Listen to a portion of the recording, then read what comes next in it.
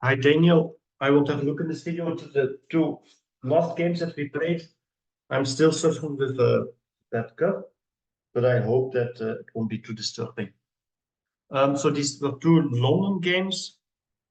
I believe the first one that you follow a plan that's kind of different than the one that that I proposed.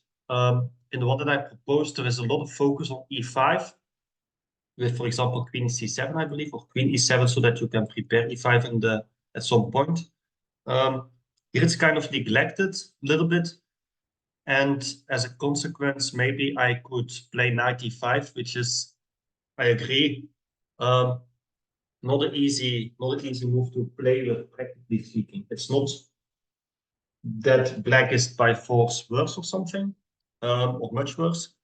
But you need to be very precise with black. You need to be very calm also, because white has this grip on the center, which is a little bit difficult to deal with.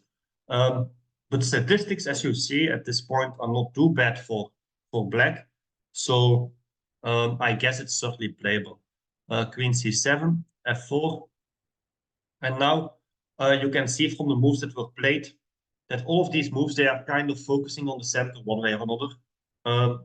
And I assume that, for example, a move like knight e7 can be done to avoid the exchange of this knight, that you want to chase it at some point with f6. A move like knight d7 might be played with the idea of playing f6 at a certain point to chase the knight. a5 is a move that is completely different, of course. You're going for the exchange of this bishop, which is valid in a certain way. But okay, it can at least easily be prevented by white with queen e2. So in that case, your plan is not, well, it's not working in any case. Now I played bishop h4.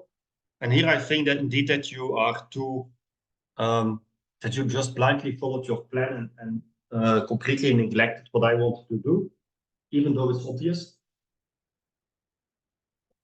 A move like bishop e7 is just suggesting itself. I don't really know why you neglected something like this, but it's of course very much basic that you weaken your king side in a structure where my pieces are already quite close to getting into the king side. So it's at least very imprudent.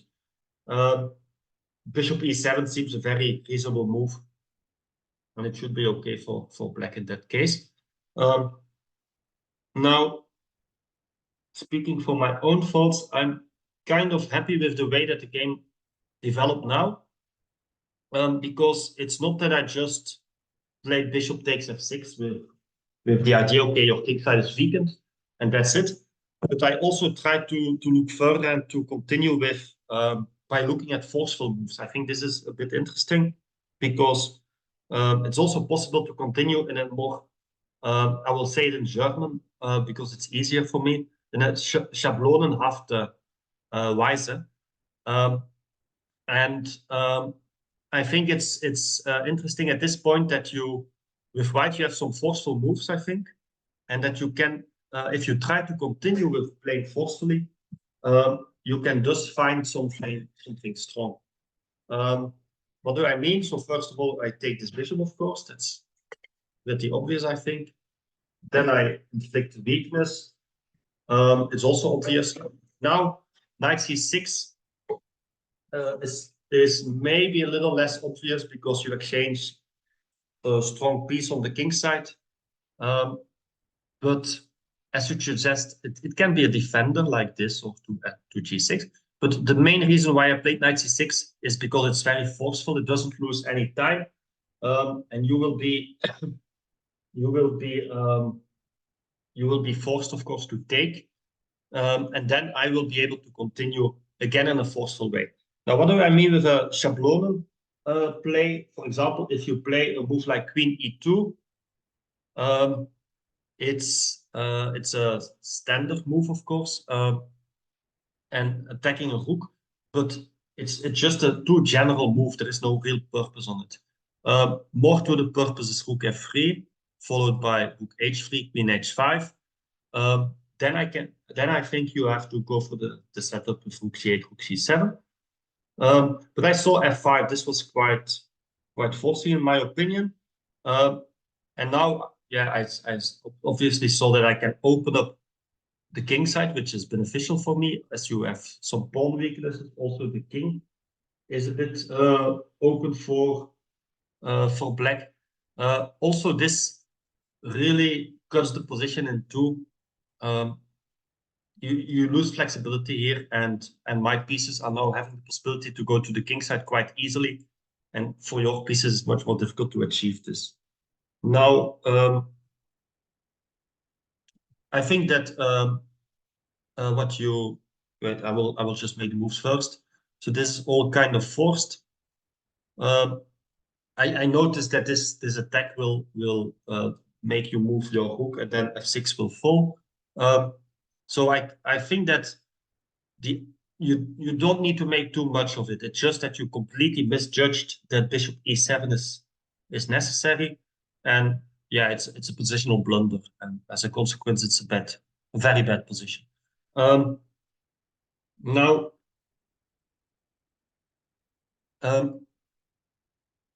speaking about your notes here, black is just lost, I would say. So there is no good plan for black. You're a pawn down. Your pieces are worse than mine, especially this rook, of course. The bishop, you can say it's not a bad piece, of course, but I won't say that the knight is bad either. There is one thing that I misjudged a little bit, which is that the safety of your king is also very important, of course. Obviously, I saw this and I played for it, but not too much. Knowing that your king is very unsafe, white should absolutely keep the queens on the board because it will constantly harass you. You can be afraid with white of your counterattack, though I won't. Well, it's not a counterattack because you don't have any chances against my king, I think. But in general, judging that the position is safe for white, I should absolutely keep the queens on the board and bring my pieces to the king side. This should be the plan for white to follow. If I don't win in an attack, I will be able to reach an end game at a certain point where my pieces will be much better because they are so active on the king side. So that's the thing what I should aim for. With black, as said, you can try to be stubborn, but you don't have realistic hope, I think, for anything. So queen h3, rook g6. Now I exchange this. This can be defended because now you have a defender less, while my second rook is coming into play. Obviously, also, if I play rook f7, you will play rook h6, and this is something I don't want. So I also avoid your attack. And at this point, I devise a plan where I will exchange queens. And this is something that's quite bad, I think, because it makes me lose my advantage step by step, also by my subsequent play, of course. But in this position, I should absolutely bring my knight into activity.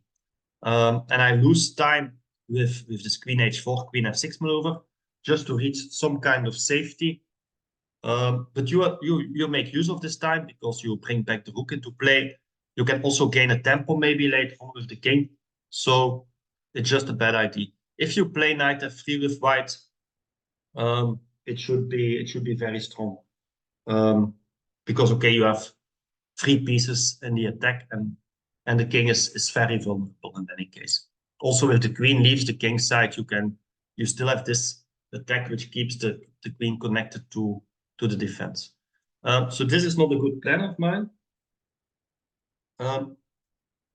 And okay, here I enter complications for one reason or another, but it's a bit silly. I can just take back with the e pawn, I guess,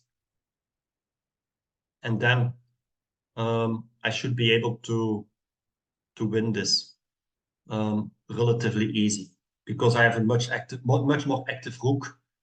My knight is not worse than your bishop. My king is also maybe more active than yours because I can easily move. Yours is a bit closed in. So I should just have played with techniques, but for one reason or another, I went for silliness. And the game ultimately it reminds me of a very classical game. I will try to type the names of the players. You can see it. Ortueta against Sans. Maybe you can look it up. It's a very classical endgame, which is which reminds me of this game. So I really underestimated these pawns on the queen side. Let me have a look with at this point if you see all my advantages gone and it's already very difficult. And this is a blunder, I think. So far so good. And at this point, of course, you have the calculation that you need to make. B3, A3 are the logical moves, I think. But the winning move, there is only one winning move, I believe, is rook c8. With the idea to make use of the knight, which is, yeah, if you eliminate the knight with black, of course, the pawn will promote. So this is the move. I think it's a double problem that black has. He has to look at all the candidate moves. I think that moving the pawns is logical, but also moving the rook, activating your piece is also very logical. So it seems logical that it's a candidate move, and then it's calculation. And I think that for this reason, working on the Volokitten book is very good because this is exactly tackling this kind of issues. Now it's all different, of course. So it's a shame for you. It's also a shame for me before because I completely ruined a very technical position. But okay, it makes it interesting, of course. Second game.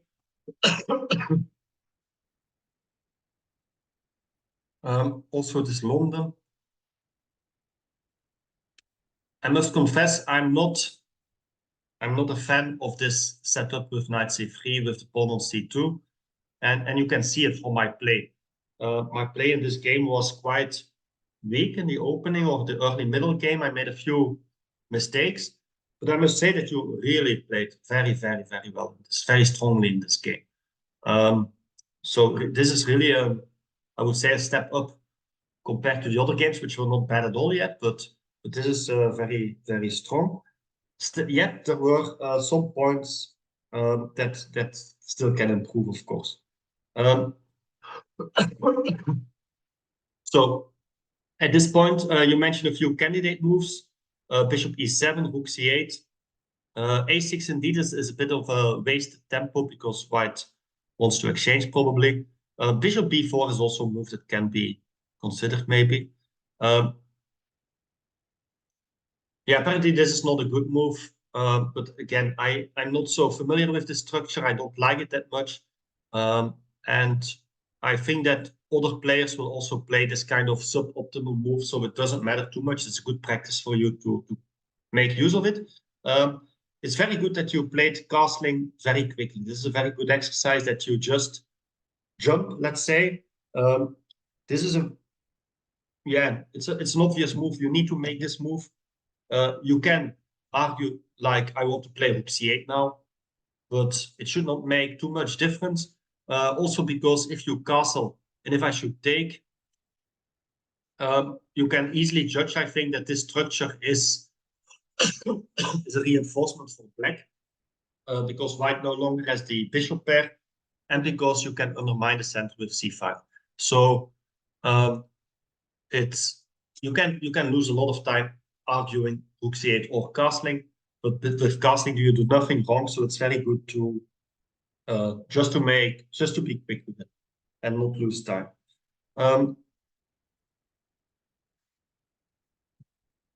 Okay, a3, rook c8. All of this is very nice.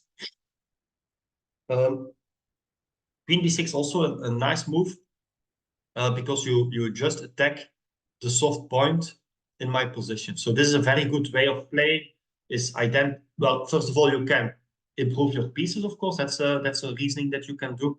But it's not so easy in this position. You can say rook d8, but it's a Schablonenhafte move because logically speaking, the rook is better on d file than it is on the f file. But does it really make sense? And if you judge that it doesn't really make sense, you can just try to find a move that really makes sense in the position, even when it involves moving a piece twice, like you're doing now with the queen.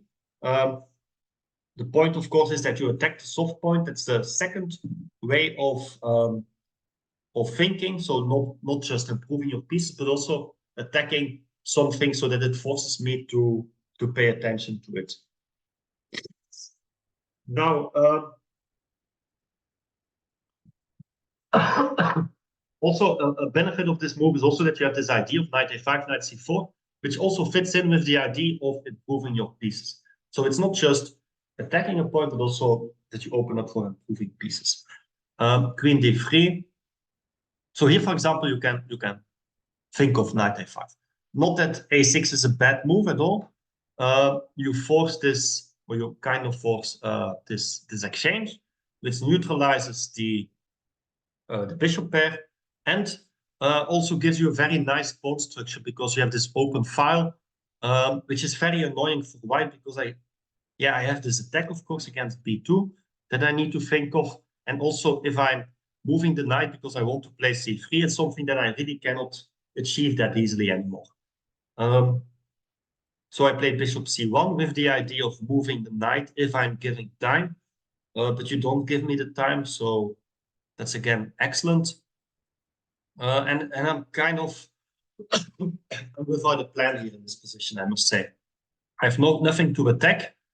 I can improve my pieces if I can move my knight, but I cannot move my knight.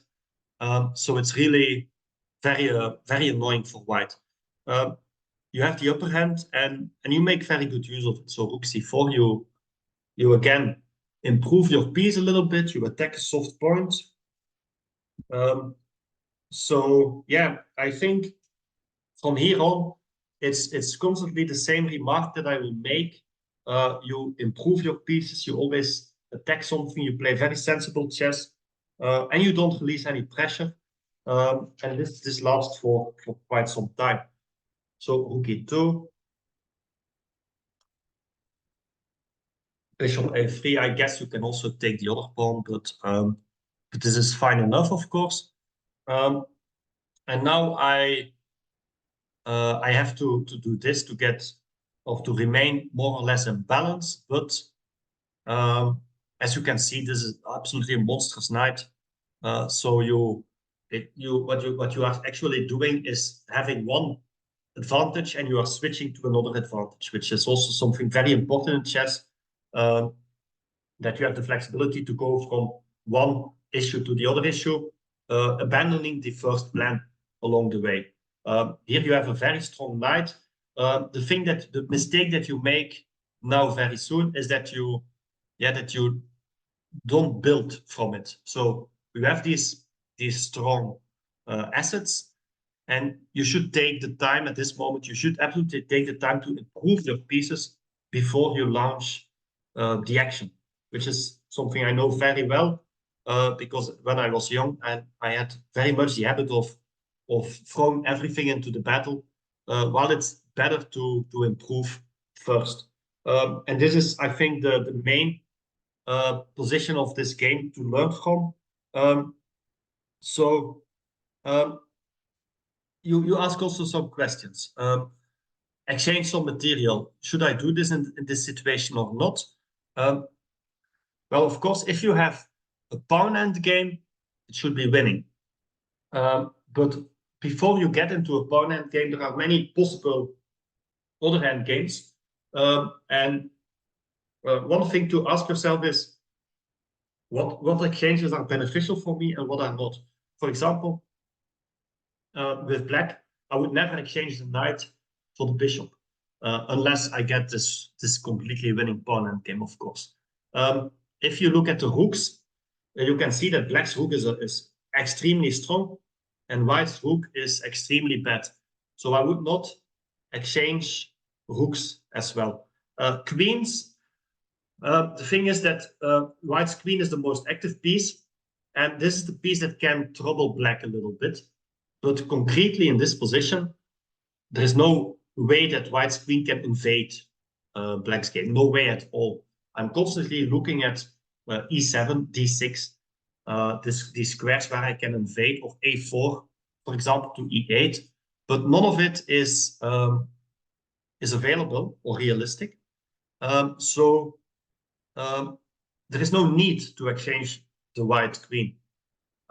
Why should you keep the queen with black? I think that you have chances to go for the kingside attack in this position. F2 is weak. If you put the queen on c6, you have the combinations at g2. So queen c6, rook c2, they're all pointing at g2. And this is also very strong for black. Now, how should you proceed then? So you have absolutely better pieces with no counterplay at all. So I would improve my pieces. Improve my position, not with the pieces, but with the pawns. How can you do this? So first of all, one very important thing is to avoid a mate on the back rank. So a move like e5, the move that you played, is tricky because you open up a lot of things, and a move like rook d8 mate can become possible now.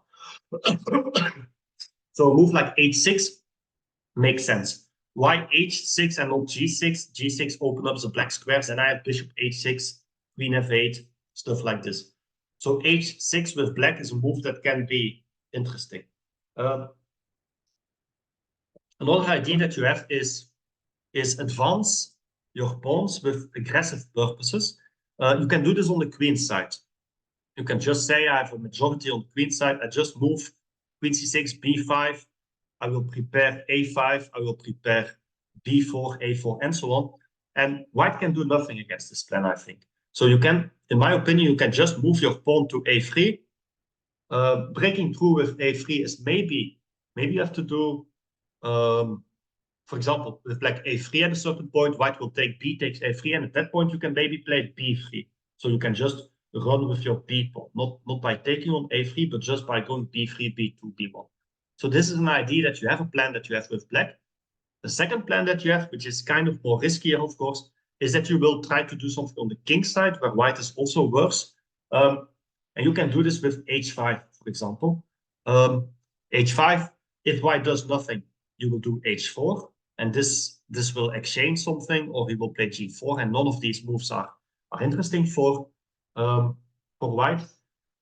If he plays h4 himself, if white plays h4 himself, you can follow up at some point with a move like g5. He will take h4, and then all will open up. So this is a plan that you also have, but it's a bit more riskier, though I don't think in this position that it's really risky because white's pieces have absolutely nothing. But yeah, you need to be a bit more daring to do this. Also, a move like f5, f4 is not completely insane in this position, I think, because white is in such bad condition. The move e5 is I think, well, objectively, it's losing advantage, but it's not losing your winning advantage. What it's losing is stability, and you need to be much more careful, and you're giving me really IDs.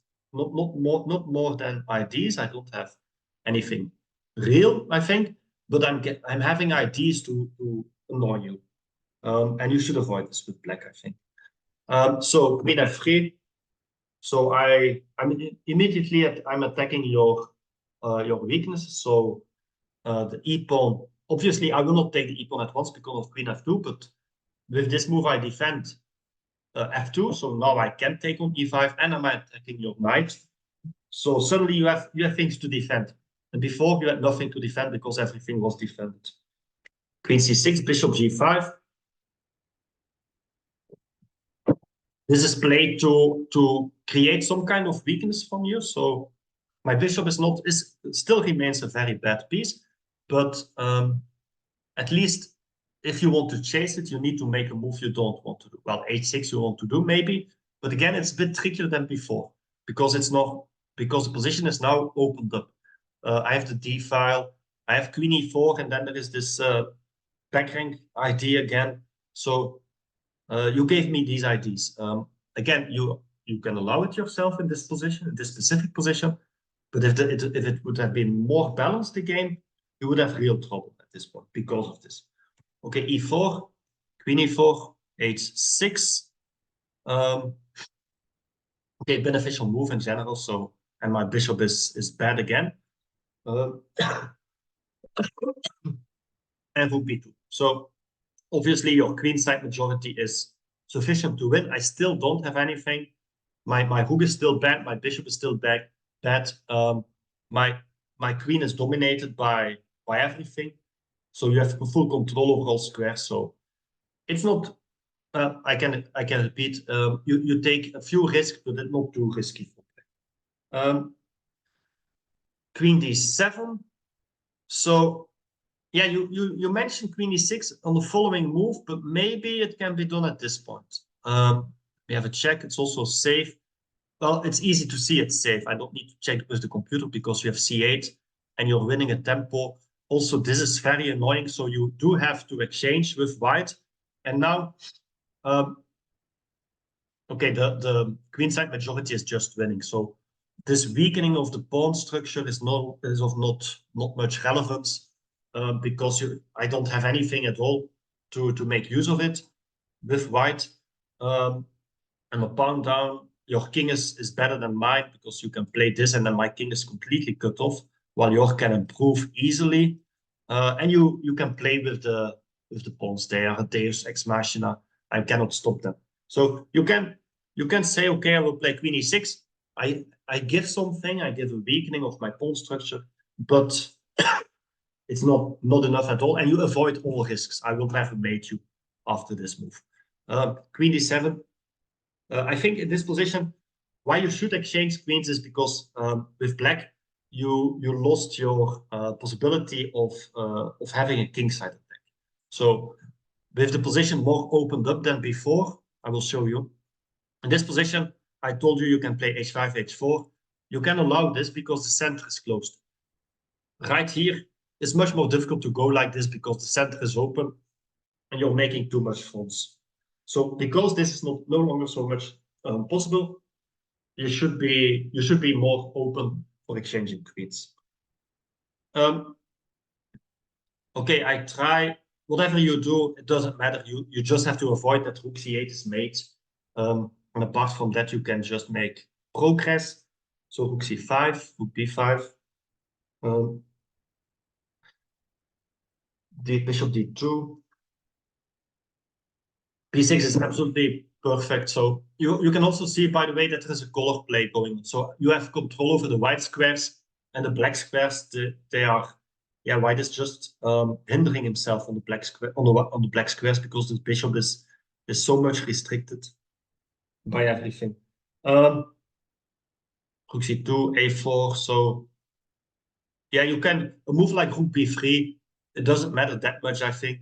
You can argue, I want to improve my pieces, so I will improve my piece before I will advance.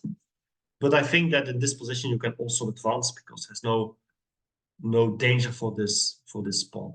Done my paper. Okay, rook c4, rook b3. So again, you can calculate this, but you don't need too much calculation, I think. Maybe it's important to see that if he gives a check here, it goes to a black square. And this really, yeah, you are in a black square diagonal now. And this makes it impossible to give some kind of perpetual. Also, if you want to go for a perpetual like this, you will lose a tempo at some point because you need to attack f7. And this leaves white the possibility, well, you should be afraid a little bit, no, like this, queen d5 and then g5, and all is fine. So it should be easy. You should aim for it, that it becomes easy at least to see that this exchange sacrifice is nothing. Why is it nothing? Because your queen is it's on the wrong diagonal, and you have possibilities to check the white squares if necessary.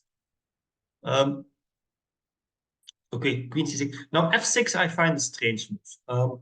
So I understand, of course, that you want to avoid a mate one or a win of a queen. I fully understand. But g6 is of course something not very attractive because of this. But f5 is a move that is very nice because, as I said earlier, you have the possibility of advancing on the king side, and with the central control, you can allow yourself something. So you create a safe harbor now on h7, and next you can progress again. Also possible, maybe it's also something you didn't check during the game, is something like this, with the idea of queen d5 and make use, again, you make use of the white squares, but you are putting the queen on it, which is also very strong because the knight is, of course, a very nice piece on d5, but it's more like a passive piece. It's not like attacking. If you put a queen on d5, you are playing with ideas like rook b1 and a mate on h1. So and the knight is, of course, a very, very good defender on e7. You can also go to f5. And if you achieve something like this, let me check again. Like this, for example, if you achieve, well, let me say something silly, like this. Yeah, it's really something silly, I'm saying. Okay, maybe b5, just, no, not b5. I'm ruining myself. Okay, you can just do it safe like this, and then maybe b5. And the thing is, at some point you can strive for a structure queen d5, knight f5, which is more active than only having a knight on d5 because your queen is a little bit passive. So I'm just talking about ideas. I'm not talking about concrete lines. That's why I'm hesitating sometimes, because I don't delve into them. You can check with the computer if it's possible or not. But it's just that the idea of activating both of your pieces is possible here, but you need flexibility to move the knight a little bit and then put the queen on d5. So f6 is a bit too tame, in my opinion. f5 is something that's really possible in this position. Rook c6. Rook b2 is very fine. Also, again, knight c7 is very nice. Also, I must say, I made a note that I don't know if you look at backward moves. It's also something in chess which is sometimes difficult. But backward moves are something to take into account. It's not so easy to do this always, but from time to time, it's also something to think of. Let me tell it like this. So you have a piece standing well or standing badly, but can you do it? Can you put it back to reinforce later on? I must say, I'm thinking of two games now, and I'm taking one of my books because one of them is in it. The other game. Let me quickly Google if I can find it. There is, well, it's a Nimzowitsch game I was thinking of, but I don't know. It might have been this one. This one. Yes, it probably is. So you can look it up, of course. Nimzowitsch against Rubinstein, Dresden, section 20. White here sees that the knight is a bit restricted in its activity, and he plays knight h1. Obviously, very much a backward move to improve the prospect, as you can see. Now he puts it in a place where it can really help. I don't know the game by heart, but you can see that the knight is obviously much stronger than it was at g3. And it's probably until, yeah, okay, that's obvious.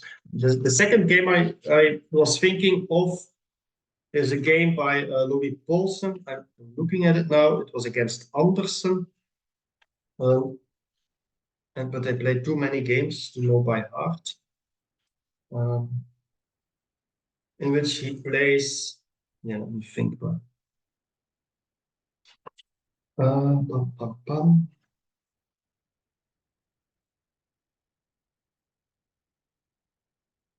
Yes, I have the game now. It's against Andersen in Hamburg.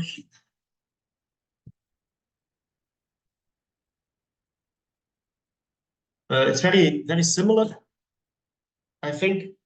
And it's an incredible game, I think, because if you look at the position, at the time when I analyzed this game for my book, I entered the game that Paulsen played in this position, or the move that he played, and it's the best move according to the computer. So maybe you can pause the video a little bit and try to look for the move if you didn't see it yet, and then put it on again. And you can see he plays knight a8. It's also very much similar to the Nimzowitsch move. The idea is that the knight is not doing anything at b6, and he is moving it to the king side and to the center, as you can see. This is, well, obviously, this is a much more modest example, but the idea remains the same. Okay, but I must say this was a very impressive game. The e5 move was the really instructive moment, I think, for you, this 22nd move. But it's a very nice game, I think. I will finish by adding a little bit. I told you before, I will add something from a lesson, let's say, where you can tell me in reply if you like this kind of way of dealing with things or not. So it's the thing. This is I will just give one example, and it deals with the pawn structures. So as you know, pawn structures are very important in chess, and I have a series of examples dealing with the with typical pawn structures, and this one is a first example from. I will try to see. Yeah, I will try to put it in a study. I'll put it in this one, just like this. So this one is a first example of the so-called DME pawn phalanx, which is of course the so-called perfect center. And obviously I made a mistake, which I always do when I enter it.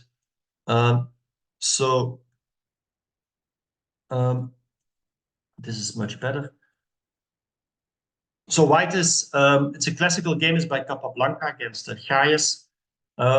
White is having this ideal center. And very often in these old games, the weaker player doesn't know or is not able to really oppose such a strong thing. Nowadays, if you have a position like this after 10 or 13 games, computer will tell you it's +5. But for decades, such positions were still considered kind of playable. Now, what is important? So we have this double pawn in the center. There are two things very important if you have such a structure. One of them is that your mobility is very important.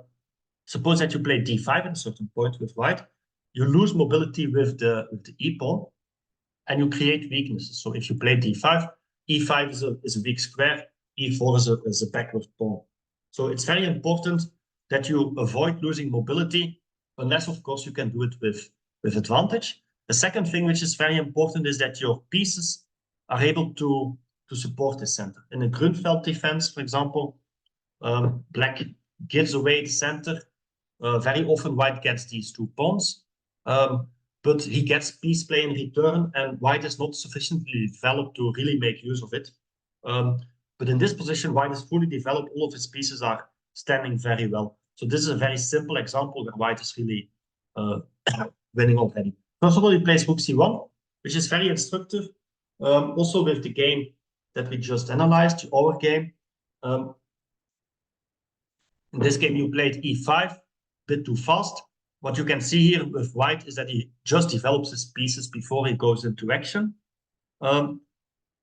Black plays knight e7. Now, let me mention two of the things that black should aim for in such positions, so where he's playing against such a strong center.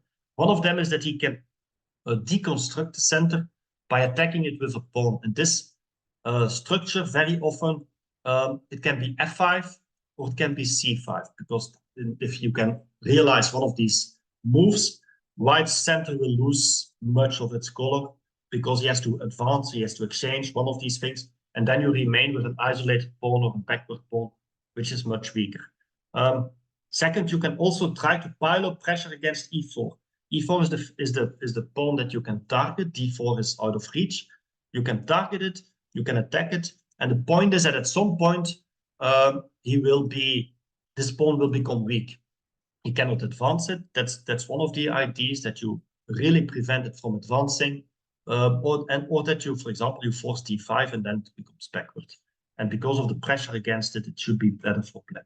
Now in this game, black's knight is under attack indirectly, so he moves it, and now you can see that white, his pieces are standing very well, so it doesn't make too much sense to improve your pieces further. He just goes on and takes space like this. And now we move into a second kind of structure. So we had this ideal center, but we move into a E and F pawn phalanx, which is something I will speak later of, if it's okay for you.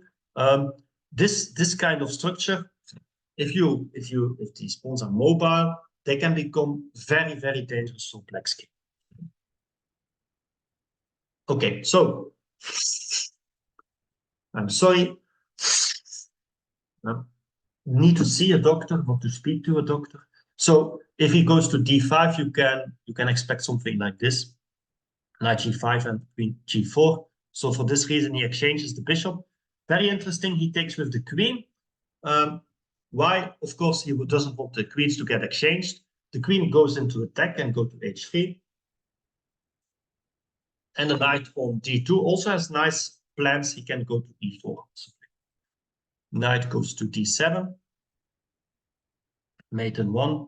And now you have this pawn phalanx, fe pawn phalanx, without restrictions. So white is really ready to overrun black.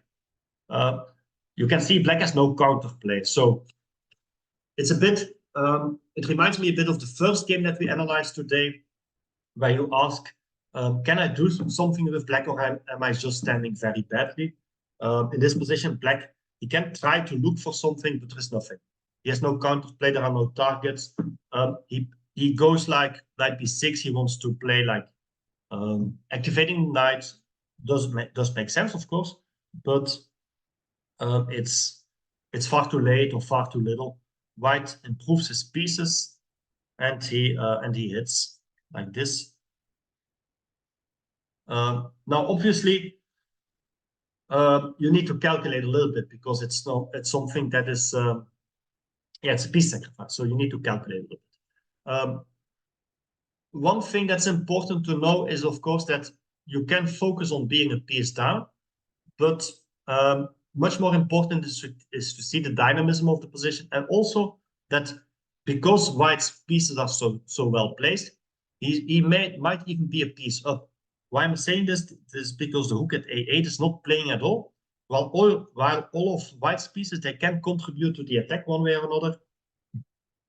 And it means that in the attack, white is a piece up. Of course, if black defends successfully, the endgame will be lost. But we are not in the endgame yet.